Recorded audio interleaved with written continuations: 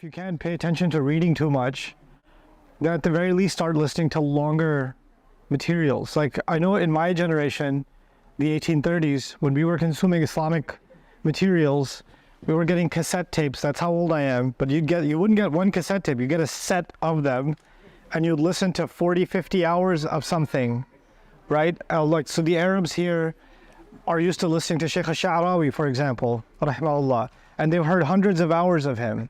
Like I grew up, in my young college years, I was listening to dozens and dozens and dozens, actually hundreds of hours of Dr. Asar Ahmed, for example, right? Or Dr. Jamal Badawi, for example.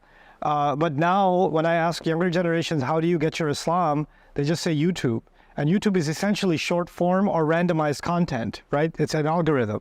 So my first suggestion is systematic learning. Even if it's casual learning, it's continuous, right? It's a long series that you're consuming. So you decide what subject you want to learn, and you kind of ignore all the other subjects. My advice to anybody who wants to study Islam on their own seriously, there's one thing if you're going to a madrasa or you're going to an Islamic university, that's fine, that's different. But the average Muslim is not going to do that, right? So what about the rest of us? The rest of us, the mistake that many of us make is that so long as I'm getting something Islamic, that's good. The problem with that is you'll hear 20 years of something Islamic and we'll learn nothing, because you're just all over the place. It's just random stuff. But if you decide, okay, this year, I'm just going to learn as much as I can about Surah Al-Baqarah, for example.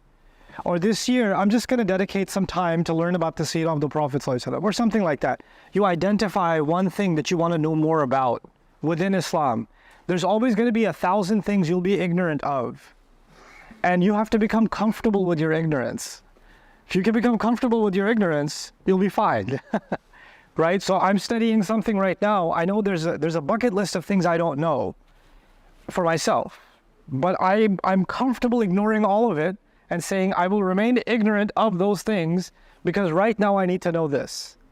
But it's that strange distraction. Too much of a good thing is a bad thing, right? You got this good thing, this good thing, this good thing, this good thing, and you're just picking